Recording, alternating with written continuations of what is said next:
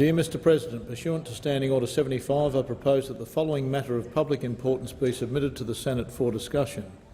The Abbott government's 2015 budget, which locks in the unfairness of last year's budget. Is the proposal supported? The proposal is indeed supported. I understand that informal arrangements have been made to allocate specific times to each of the speakers in today's debate, and with the concurrence of the Senate, I shall ask the clerks to set the clock accordingly. Senator Lyons. Thank you, Mr President. So I want to just focus on one of the government's packages it's been very proud of, and that's the childcare package. And I really want to just try and unpack what's in that package and look at some of the aspects that the government has either ignored or thinks are too hard to solve. So it does seem clear to me that Tony Abbott has learnt nothing from last year's budget. This government has unfairness at its core, and no matter how many times it tries to say that it's a fair budget or it's a fair government, fairness is something you believe in, not something you can just make up one day because it sounds like it's a good idea. And certainly Labor stands for fairness, and we have a strong record of standing for fairness. But the Abbott government has no record on fairness, and this budget certainly doesn't deliver the fairness that you'll hear them talk about. And Mr Abbott promised before this budget that this budget would not be at the expense of the family budget, and he has once again broken that promise. Mr Abbott's legacy will be as the Prime Minister of broken promises. And let's just pause for a moment and think about childcare and what commitments were made during the election campaign and indeed over the last period of the Abbott government. So they have promised that fees will be lower in the childcare space. They have promised that there will be better access. But what has the government developed? Labor is concerned about where additional childcare places will come from for these women who supposedly will be lured back to work by the family package. Where will those places come from? It doesn't look to me that there is a plan in the budget to find additional childcare places. In fact, there's quite the reverse. So that's an area that Labor will continue to focus and look at closely. And we, the Labor Party, are concerned about reports, concerns that come from the childcare sector itself, that many families will be locked out of childcare because of the work activity test. And so these are areas that we will look at closely. And just last week in Western Australia, a young woman who doesn't have family close by told me that she doesn't know how she will manage if she loses the 2-day-a-week that she currently has in childcare, that she absolutely relies on, and she's very concerned about that, losing the places that she's got.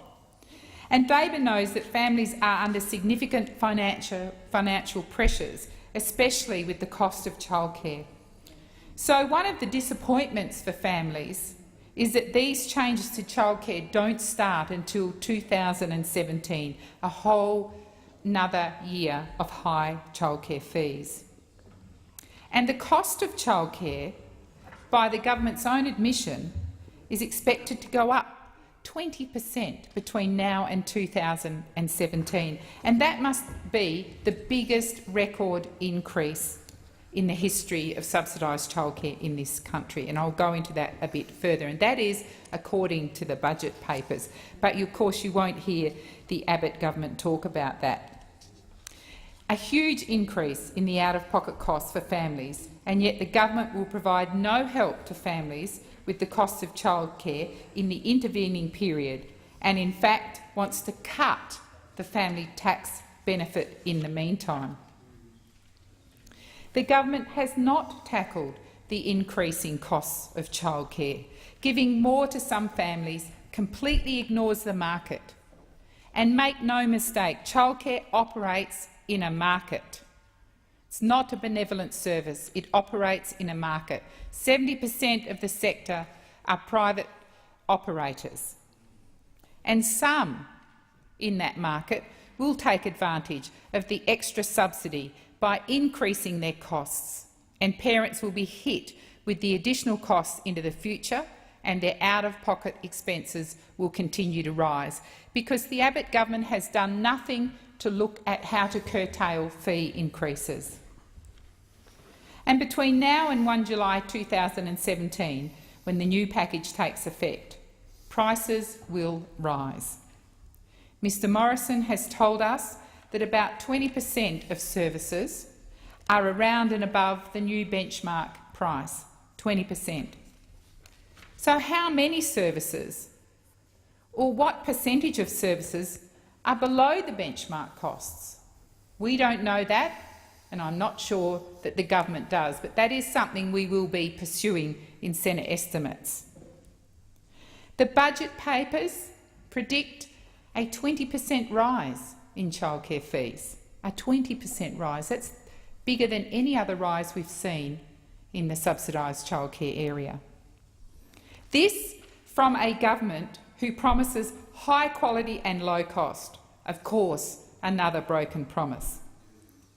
And if, by Mr Morrison's own admission, as the budget papers demonstrate, that there are 20% of childcare services above the benchmark rate, where are the 80%? Where are they?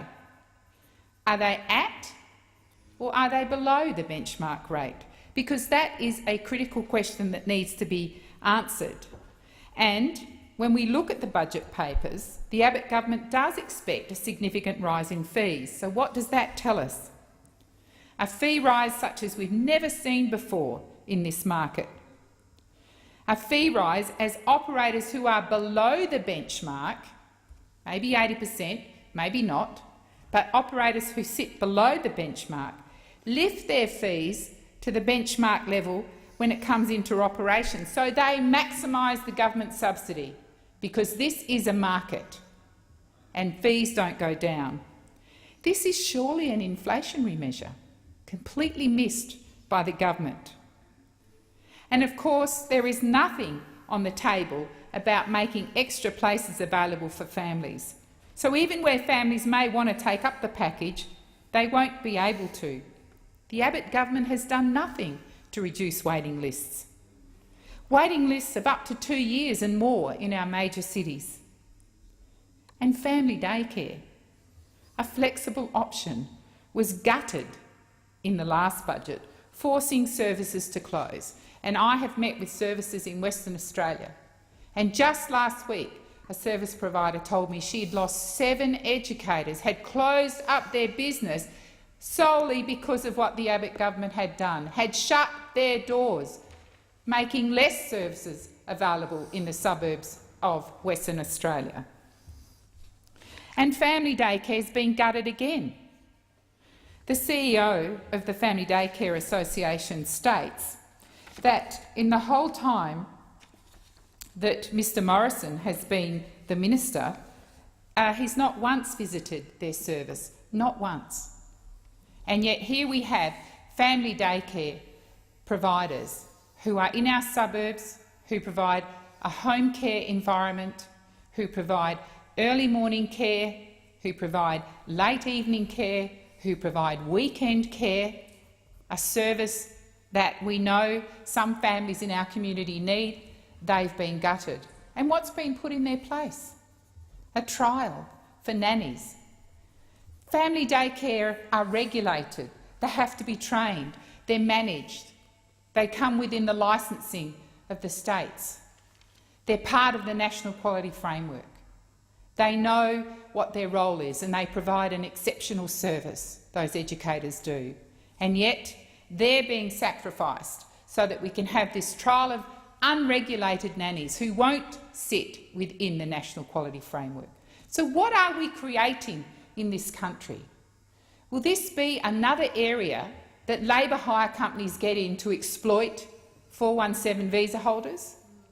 Will this be another unregulated area where we see 457 visa holders being exploited, being underpaid, being treated appallingly, such as we see on the Four Corners program a week or so ago?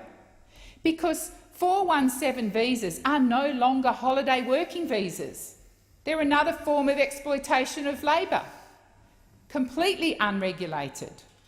And the best the Abbott government can do is pursue underpayment of wages.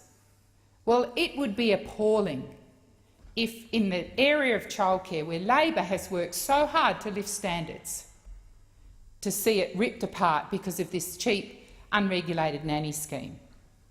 And what of educators? Low-paid educators who care for the nation's children, care and educate them. Nothing for them. So we will continue to see massive turnover of educators in this sector. So the Abbott government has not done nearly enough in the area of early childhood. Thank you.